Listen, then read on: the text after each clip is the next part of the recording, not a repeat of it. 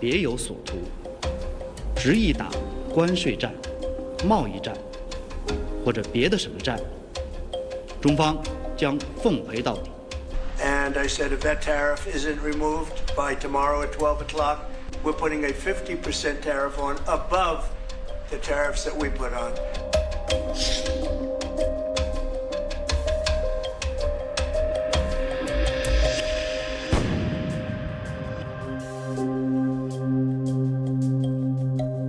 Are you open to pulling back your tariffs in order to get China to the negotiating table? No.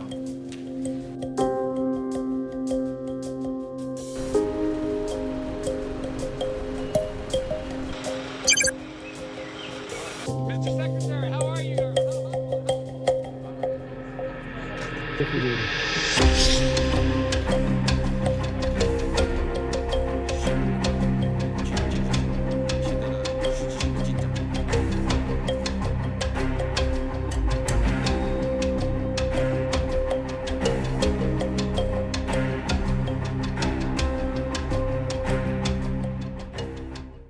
미국과 중국이 서로 주고받던 관세 폭탄을 대폭 낮추기로 전격 합의했습니다. 세계가 일단 안도하고 있긴 하지만 90일을 시한으로 내건 만큼 이 기간 안에 협상 결과에 따라서 관세 전쟁이 완전히 해소될지 여부가 결정될 전망입니다. 지금 이 상황이 우리나라에 미칠 영향까지 자세히 짚어보겠습니다. 박연미 경제평론가 나오셨습니다. 평론가님 어서 오세요.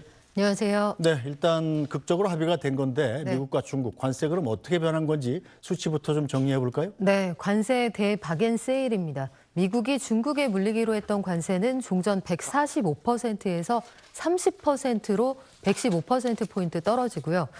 중국이 미국에 매긴다고 했던 관세도 역시 125%에서 10%로 양쪽이 각각 115%포인트씩 떨어뜨리게 되는데 그러면 최종적으로 나오는 숫자가 중국은 미국의 10%, 미국은 중국의 30%인데 이 차이는 저 펜타닐 관세에서 발생을 합니다. 펜타닐이라는 게 이 마약성 의약품이라 미국이 굉장히 골칫거리로 삼고 있는 부분이고 네. 원료가 대부분 중국에서 생산돼서 멕시코 거쳐 미국에 들어간다. 이 부분을 꾸준히 문제 삼아 왔는데 이 부분이 만약에 해결되거나 여기에 성의 있는 자세를 보인다고 하면 펜타닐 관세도 추후에 조정될 가능성이 있어 보입니다. 네, 뭐 자동차, 철강, 의약품 등의 품목은 어떻게 됐나요? 네, 그쪽은 품목 관세 그대로 유지를 하고 이쪽은 관세 빼주는 대상 아니라고 명시적으로 언급을 한 상황이고요. 그 밖에 그 희토류 이런 것들 궁금하실 텐데 네. 이 부분에 대해서는 아직 구체적인 입장이 나오지는 않았습니다. 다만 그 전반적인 협상의 분위기가 꽤 괜찮았던 걸 고려해 보면 희토류 없으면 곤란한 산업이 미국에 워낙 많기 때문에 네. 전면적인 폐지가 아니더라도 일부 유예 혹은 나중에 상황 좀 지켜보면서 조절하자 이렇게 지렛대로 삼았을 가능성이 있어 보입니다. 네, 자 미국과 중국이 벌이는 관세 전쟁 단순히 이 두 나라의 전쟁이 아니지 않습니까? 네, 그렇습니다. 그래서 지금 전 세계가 정말 한숨 돌렸다. 네.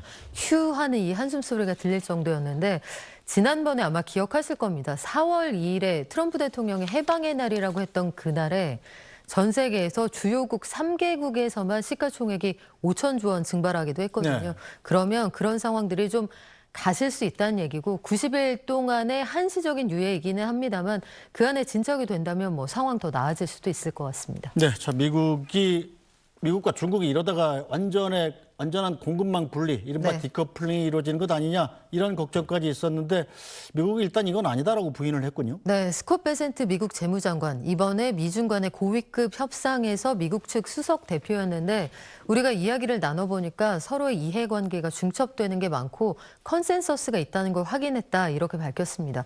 컨센서스 한국말로 바꾸면 공감대가 있었다 네. 이 정도로 표현할 수 있을 것 같은데 이러다가 다 죽는다 이 부분에 대한 합의가 있었던 것으로 보이고요.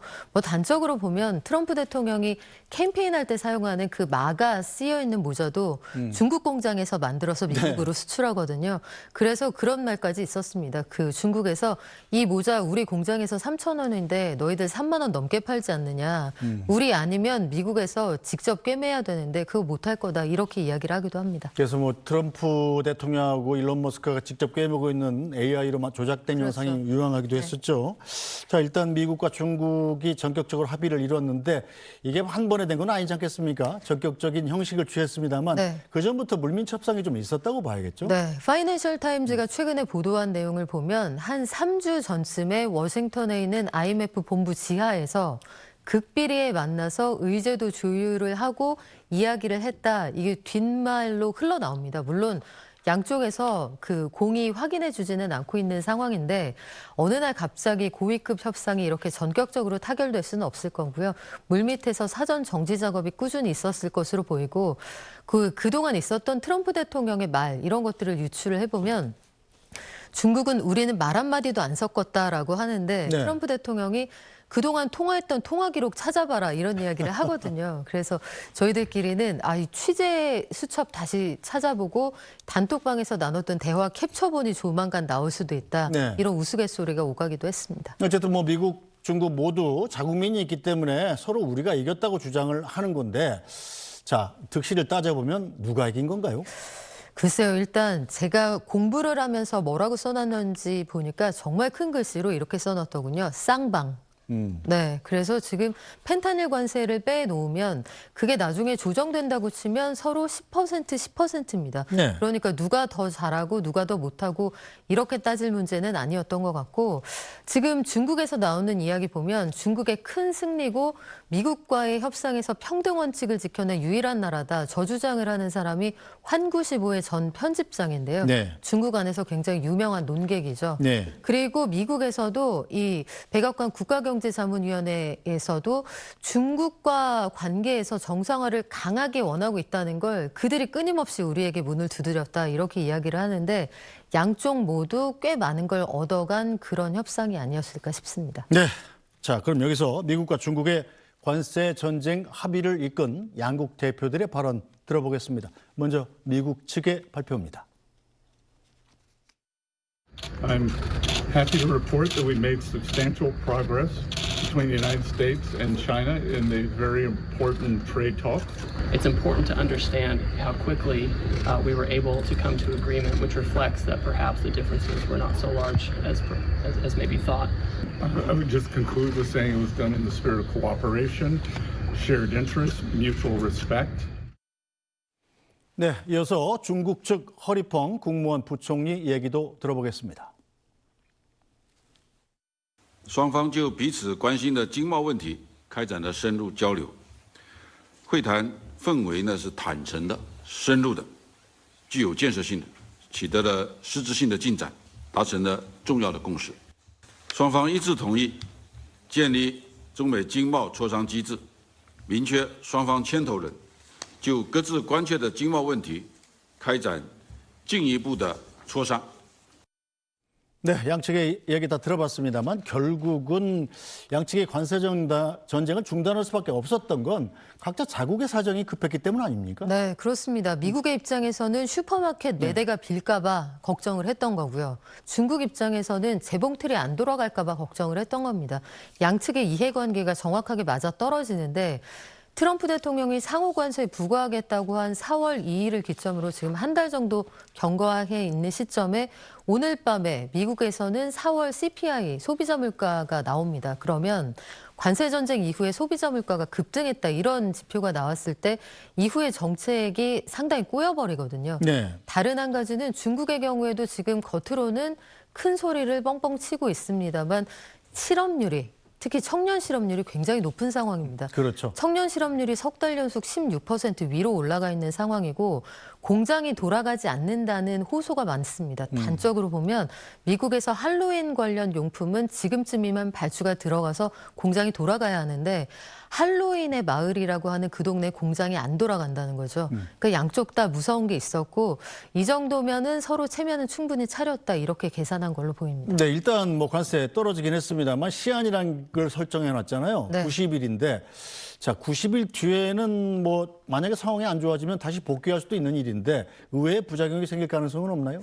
일단 90일이라고 한도를 지어두면 혹시 어떻게 될지 모르니까 말씀하신 것처럼 90일 뒤에 혹시 다시 올린다고 하면 골치 아프니까 수입할 수 있는 거 유예된 기간에 죄다 수입해야겠다. 이렇게 나오면 단기간에 물동량이 늘어나니까 네. 컨테이너 선점하려는 경쟁이 있을 수 있습니다. 이러면 단기간에 앞으로 석 달 동안은 해상물류 운임이 올라갈 수가 있겠고요.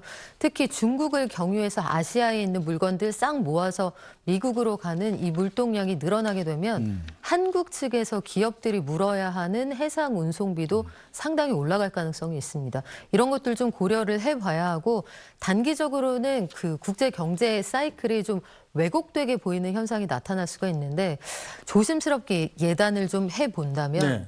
아마 여기에서 다시 올리자 이렇게 얘기하기는 어려울 겁니다. 차후에 판을 누가 깼느냐 여기에 대한 책임 소재가 뭐 거기서부터 시작이 될 테니까요. 네. 자, 일단 90일이 지나면 뭔가 뭘 또 새로 내놔야 되는 것 아닙니까? 네, 90일 동안에 이제 3개월 동안 양국이 하겠다는 건 우리가 그동안 해왔던 것들을 어떤 그 협상의 틀 안에서 메커니즘으로 만들어서 순서대로 하나하나 해결을 좀 해보겠다는 겁니다. 대표적으로 지금 아직 구체적인 협상 내용이 나오지는 않았습니다만 미국이 성과로 내심 기대하고 있는 건 중국의 금융시장 전면 개방입니다. 중국의 금융시장은 사실 대외적으로 개방돼 있는 듯 하지만 돈을 벌어도 가지고 나가기가 어려운 구조로 돼 있잖아요. 네. 그리고 그림자 금융에 대한 지적도 꾸준히 있는데 미국에서는 제조업으로 나간 국부를 금융업에서 중국 시장에서 돈 벌어서 다시 되찾아오겠다. 네. 이런 계산을 가지고 있는 거죠. 그래서 비단 옥수수나 대두, 돼지고기를 좀 더 파는 형식의 협상 그 이상을 아마 미국은 그 생각을 가지고 있는 것으로 보이고요. 중국 입장에서도 최악의 상황에서 우리가 전 세계 누구도 하지 못한 평등 협상을 해냈다는 걸 인민들한테 보여주면서 네. 실질적으로 갈급한 일자리는 유지할 수 있는 거 이런 것들 생각하면 판이 크게 깨질 가능성은 뭐 크지 않아 보입니다. 뭐 제가 베이징 특파원 해온 입장에서 중국의 금융시장 개방은 미국이 꾸준히 요구하던 건데 그렇죠. 중국의 금융시장은 국제적으로 전혀 경쟁력이 없거든요. 네. 개방하는 순간 미국 손아귀에 다 들어갈 텐데 중국이 그걸 열어줄까 약간 의심스럽습니다. 그래서 아마 이런 방식이 될 가능성이 네. 큽니다. 전면 개방하면 말씀하신 것처럼 쉽지 않다 해서 우리 하수구에서 물을 뺄 때 이걸 확 빼버리면 물이 확 내려가는데 이 구멍을 조금씩 여는 거죠. 그래서 아마 소위 말해서 시장에서 사용하는 말로 간을 보면서 네. 상황이 좀 여의치 않다 하면 잠깐 규제했다가 이 완급 조절을 하는 방식이 될 가능성이 커 보입니다. 알겠습니다. 자, 일시적인 타결이긴 합니다만 미중 화해 무드의 뉴욕 증시는 급등했습니다. 관련 영상 보시죠. 주말을 지나고 현지 시간 월요일 장을 맞은 뉴욕 증시 3대 지수가 모두 껑충 뛰었습니다. S&P 500과 다우 지수가 각각 3.2%와 2.8% 오르면서 연초 수준까지 회복했습니다. 나스닥도 4.3% 상승했습니다.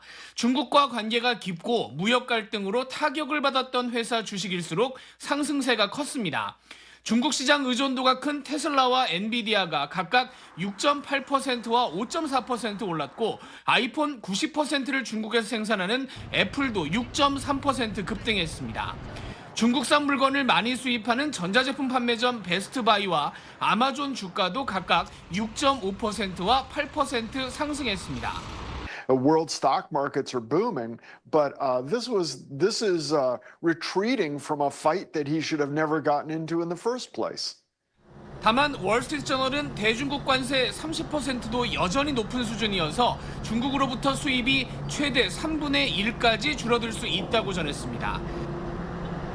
네, 저 미국 주가가 크게 올랐다던데 특히 테슬라 같은 빅테크 기업의 주가가 많이 올랐다고 그래요. 이건 왜 그렇습니까? 네, 테슬라는 대표적으로 중국에서 장사 많이 했던 기업이고 상하이에 기가 상하이라고 하는 굉장히 큰 공장을 가지고 있습니다. 그런데 중국 시장을 통째로 잃어버릴 수 있다. 또 나아가서는 이 미중 간의 관세 전쟁 속에서 전 세계에서 미운털을 박히다 보니 네. 일론 머스크가 마치 트럼프 대통령의 행동대장처럼 보이는 거죠. 그래서 미국에서는 최근에 테슬라 차량 뒤에 테슬라 운행자 가운데 일론 머스크가 정신줄을 놓기 전에 구매한 차량이다 이렇게 붙이고 다니는 사람들이 나올 정도였습니다. 그 정도로 반감이 심했는데 그런 상황이 좀 개선될 수 있을 거라고 보는 거고요. 이런 것들이 반영이 돼서 간밤에 시작하자마자 장이 굉장히 강했고 테슬라 주가는 7% 급등해서 마감했습니다. 네, 뭐 요즘엔 안전자산이라고 미국 채권에 투자하시는 분들도 많은데 채권 값은 어떻게 움직였나요? 네, 채권 금리 올랐고요. 채권뿐만 아니라 국제유가도 3% 올랐습니다. 이제 공장 좀 돌아가겠구나 이런 네. 기대감이 반영이 되는 거고요. 대신에 이제 관세 전쟁이 한풀 꺾일 것 같으니까 안전자산으로 도망치려는 수요는 줄어서 금값은 3% 가까이 하락을 했고 또 달러화 가격은 사실 그동안 미국 경제 이러다 휘청하는 거 아니야 해서 달러 값이 많이 빠졌었는데 다시 강세로 돌아섰습니다. 네, 뭐 가장 궁금한 게 바로 우리 주머니에 있는 돈 아니겠어요? 네. 자, 미중 관세 협상이 한시적으로만 타결되면서 우리 시장은 어떻게 움직였습니까? 네, 이 소식이 어제 오전부터 전해지기 시작했고 공동성명이 4시에 나왔거든요. 그래서 어제장에서 이미 선반영이 돼서 오늘 우리 장은 강보합선에서 왔다 갔다 하는 상황이고요. 코스피는 어제하고 거의 비슷한 수준에서 움직이고 있습니다. 코스닥은 1% 정도 상승 출발했고 지금도 비슷한 수준에서 움직이는 중입니다. 네, 자, 미중 관세 협상이 중요한 게 사실은 우리나라 제1의 수출국이 바로 중국 아니겠습니까? 네. 중국에다 파는 물건의 상당 부분, 그러니까 거의 대부분이 중간재잖아요. 그걸 중국이 만들어서 미국에다 파니까 중국이 미국에다 물건을 못 팔면 우리가 중국에다 물건을 못 파는 상황이 연쇄적으로 생기지 않습니까? 네. 이 부분에 대한 우려는 좀 해소가 됐다, 이렇게 봐야 되나요? 그 부분이 바로 반도체 주가를 끌어올리는 원동력입니다. 해서 아마 중간재 수출 좀 늘어난다 이런 소식 좀 들려올 것 같고 제조업 경기가 그래도 한숨은 좀 돌릴 수 있다 이런 이야기가 나오는 것 같습니다. 그래서 반도체 주가가 오늘은 좀 조정받습니다만 어제 반도체주들 이 소식 전에 들으면서 굉장히 많이 올랐고요. 간밤 뉴욕장에서도 반도체주 주가가 뛰어 올랐습니다. 네. 필라델피아 반도체 지수도 7% 올랐으니까 전반적으로 그런 기대감이 형성되고 있는 상황입니다. 네, 자, 오는 15일에서 16일 미국 무역대표부 대표 USTR의 그리어 대표가 네. 제주도에 온다고 그래요. 그렇습니다. 이것은 뭔가 우리한테 보이는 좋은 사인입니까? 이게 에이펙 통상장관 회의 때문에 참석을 하는 건데 아마 우리는 지금 실질적으로 그 권력 공백기이기 때문에 어떤 것도 약속하기는 어려운 상황이라 다음번 정부가 왔을 때 어떤 의제를 가지고 논의할 수 있는지 의제를 확정하자 이런 자리가 되지 않을까 예상을 해봅니다. 그래서 제이미슨 그리어가 사실상 관세 전쟁의 이 돌격대의 대장 역할을 하고 있기 때문에 어떤 발언 나오는지 15, 16 제주도에서 열리는 이번 회의 주목해봐야 할 것 같습니다.